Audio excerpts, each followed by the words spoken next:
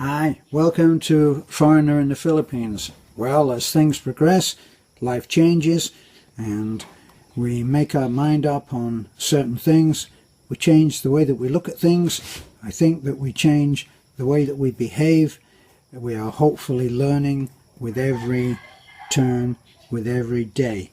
And we're looking now at all of the various ways in which you can be helped and you can be opposed. And one of the things that just continues to amaze me, and you're probably going to say, oh, not again, is the way that we, Beth and I, have been supported by positive action from our subscribers.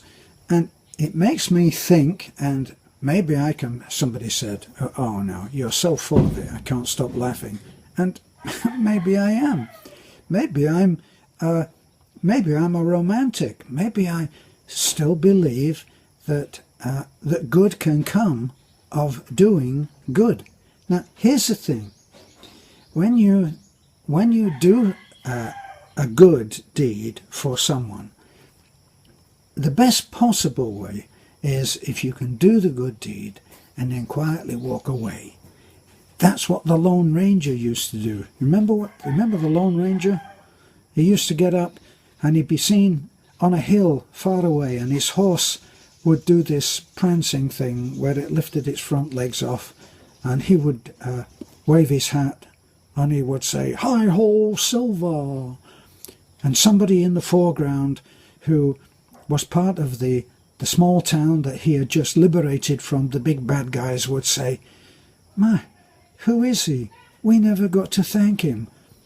Well, I think that will be the perfect thing. Now, on YouTube, it doesn't work that way. The way that YouTube does is it enables someone like Beth and I to do some good work. Do we knock nails in? No, we don't do that. So someone could say, and probably rightly so, well, he never does anything. No, they don't. I don't do anything. In fact, most of the time, they've said it before, they just prop me up in a corner. Well, how can we do some good and change our society, our community? How can we do it? Well, one of the emerging ways, let's face it, the computer changed everything. And Facebook changed everything. YouTube changed everything. I tried to show someone who was elderly. I always say that tongue-in-cheek, okay, when I refer to someone who is elderly. But they didn't know about Facebook, and they didn't know about YouTube. This is a few years ago in Florida. So I set about, me with my humble technophobe way of looking at things, set about showing them just how great YouTube can be.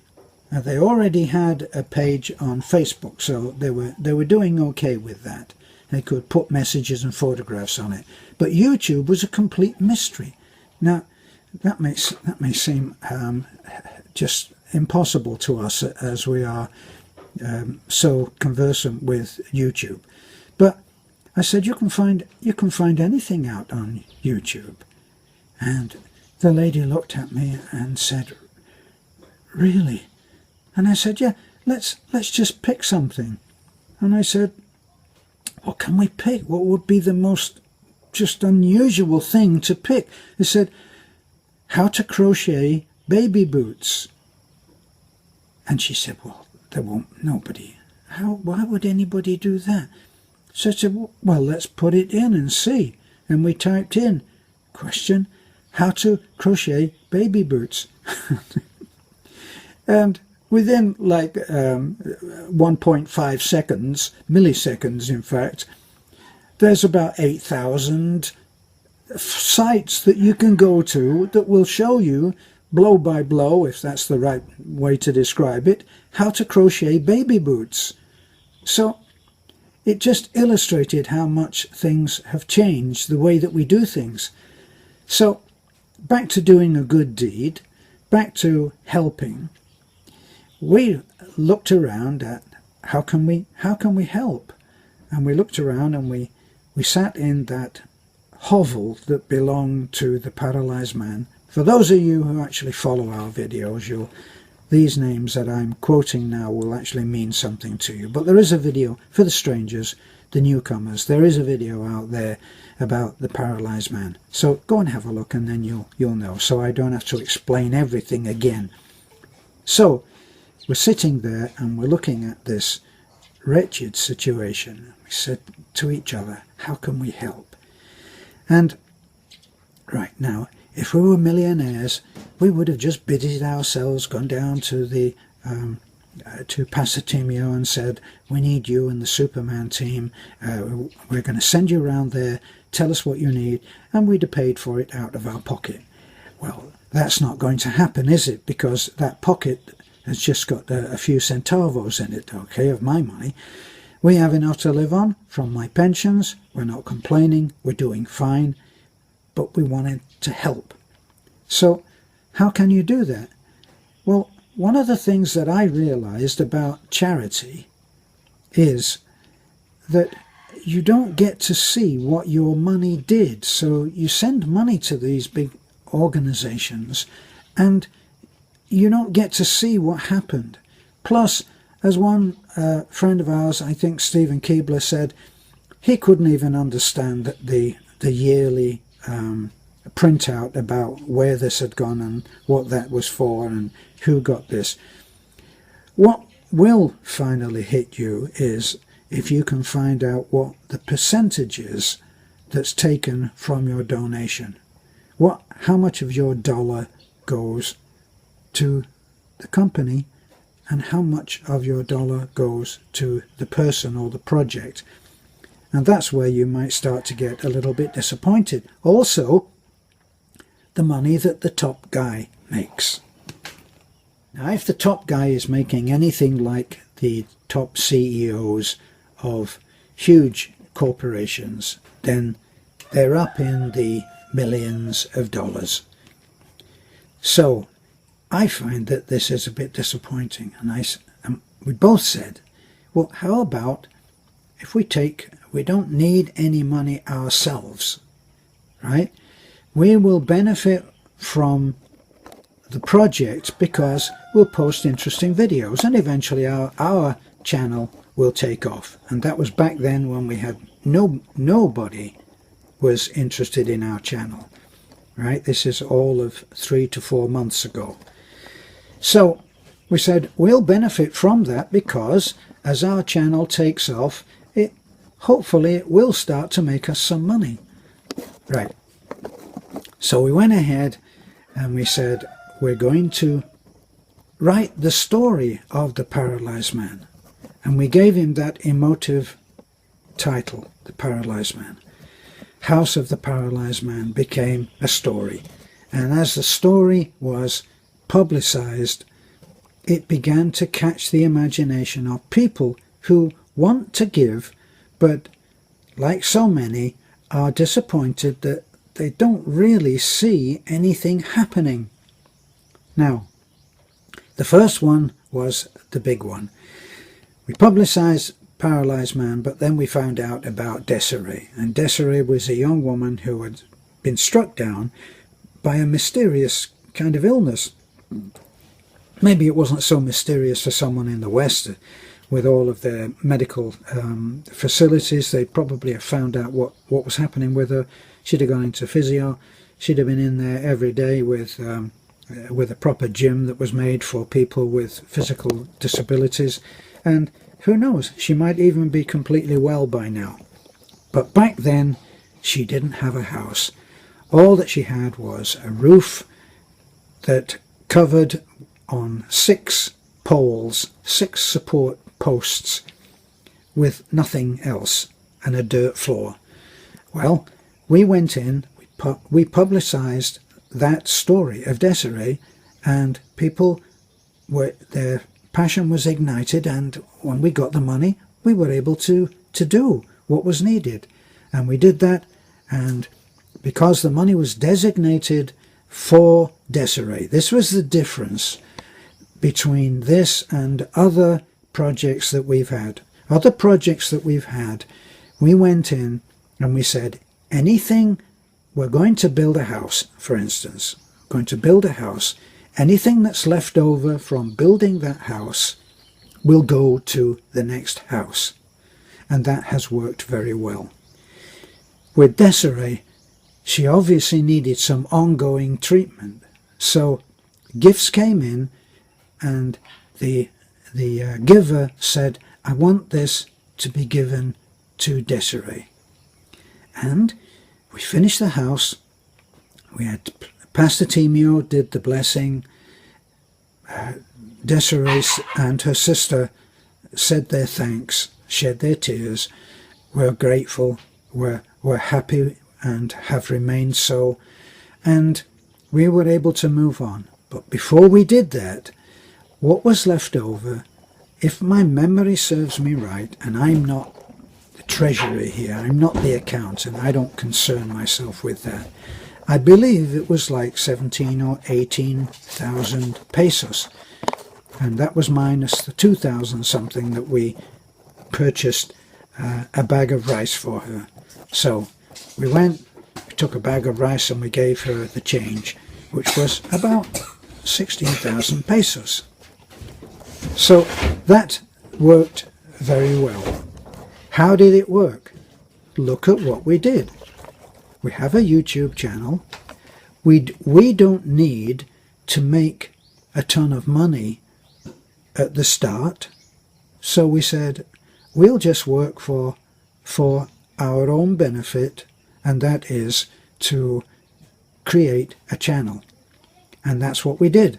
So I have my modest pensions, and somebody even admonished me, why are you always degrading your pensions as if I'm ungrateful? Well, I'm not ungrateful. I work for those pensions. That's my money. Okay, so we did that, and things took off. And people who still believe in the idea that you should do the deed and walk away quietly are correct. And on a single act basis, this is true.